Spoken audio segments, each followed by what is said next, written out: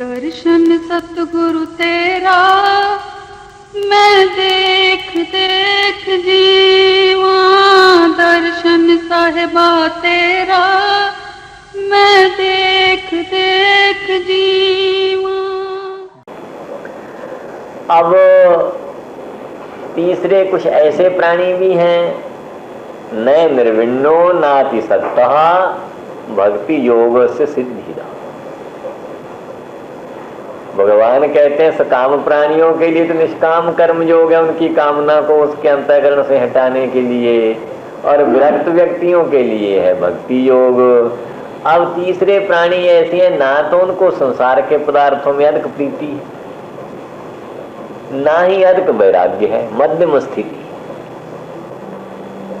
इतने हम ऊंचे भी नहीं चढ़े कि संसार के पदार्थों का संबंध होने पर उनके लिए हमारे हृदय में किसी तरह की प्रीति पैदा ही न हो, और इतने हम गिरे भी नहीं हैं कि उन्हीं में फंस जाए और प्रभु को सर्वथा भूल जाए। तो ये जो मध्यम स्थिति है, न निर्विण्णो नाति सत्ता, ना तो अधिक वैराग्य ही हृदय में पैदा हुआ है और ना अधिक विषयों की आसक्ति है। इतने अधिक विषयों में भी नहीं फंस गए कि लोगों की तरह कह दें कि सत्संग में जाने के लिए हमारे पास तो समय ही नहीं, कि चलो भगवान का गुणानुवाद हो रहा है, चलें सुने। कुछ लोग क्या उत्तर दिया करते हैं कि वी हैव नो टाइम, हमारे पास टाइम नहीं। अब उन्हें पूछना चाहिए कि अगर आज ही मृत्यु का आवाहन हो जाए और सिर पाकर आकर मौत नाचने लगे और ले जाने का प्रयास करे, क्या ये कह दोगे मृत्यु को कि मेरे पास टाइम नहीं? तो ये तो केवल बहानेबाजी है। अगर समय निकालना चाहो तो निकल सकता है। तो इतनी तो हृदय में विषयों की भी आसक्ति नहीं कि वो विषय हमें बिल्कुल ही प्रभु से विमुख कर ले, और इतना प्रभु प्रेम भी नहीं कि प्रभु के लिए इन सब संसार के पदार्थों को निशावर कर दे। जिन प्राणियों की ऐसी हृदय की मध्यम स्थिति है, उस प्राणियों के लिए कल्याणकारी रास्ता क्या है? तो भगवान कहते हैं भक्ति योग।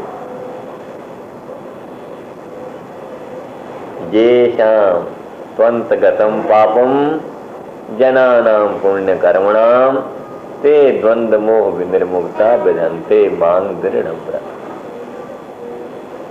भगवान कहते हैं कुछ प्राचीन साधना, कुछ वर्तमान संतों के दर्शन, कुछ तीर्थ स्नान, ऐसी पवित्र क्रियाओं के अनुष्ठान से जिनके हृदय के कुछ पाप नष्ट हो गए,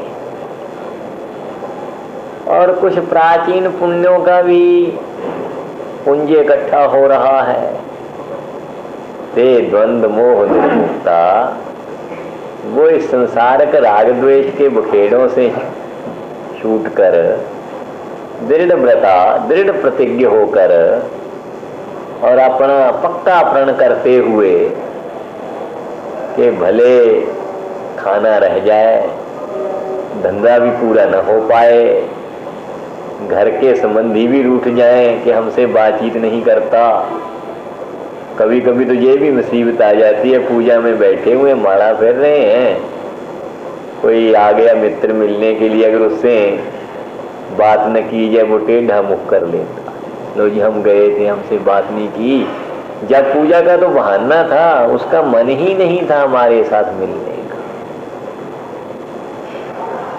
कहते ये जितने दुनियावी विचार हैं कि लोग हमसे बिगड़ न जाएं, लोग हमारा विरोध न करें, या हमारे इस ओर लगने से कहीं हमारे दुनिया के जो वैभव हैं वो इधर उधर न हो जाए, दुनिया के पदार्थों की प्रीति के कारण दुनिया के पदार्थों के संभालने की चिंता करते रहना, मित्र मंडली में अकीर्ति न हो जाए, मित्र मंडली को प्रसन्न करने के लिए भगवान की उपेक्षा करना। सच पूछा जाए, लोग तो इस तरह के हो गए हैं, वैसे तो कहते हैं हमें भगवान मिलता क्यों नहीं। अगर सच पूछा जाए तो भगवान के मिलने के लिए तो हमारे पास समय ही नहीं, और सबके लिए समय। हम अपने दोस्तों से मिलते हैं, क्लबों में जाते हैं, ताश बास खेलते हैं, और तो क्या भंगी के लिए भी टाइम है।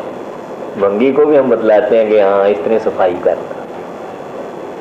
क्या भंगी से भी प्रभु गए गुजरे हैं, उनके लिए तुम ये कहते हो समय नहीं। जब हमारे मन की इस तरह की स्थिति है तो फिर बतलाओ भगवान हमें मिले कैसे। तो गीता में प्रभु यही कहते हैं कि द्वंद्व मोह निर्मुक्त, संसार के पदार्थों का राग या संसार के पदार्थों से नफरत।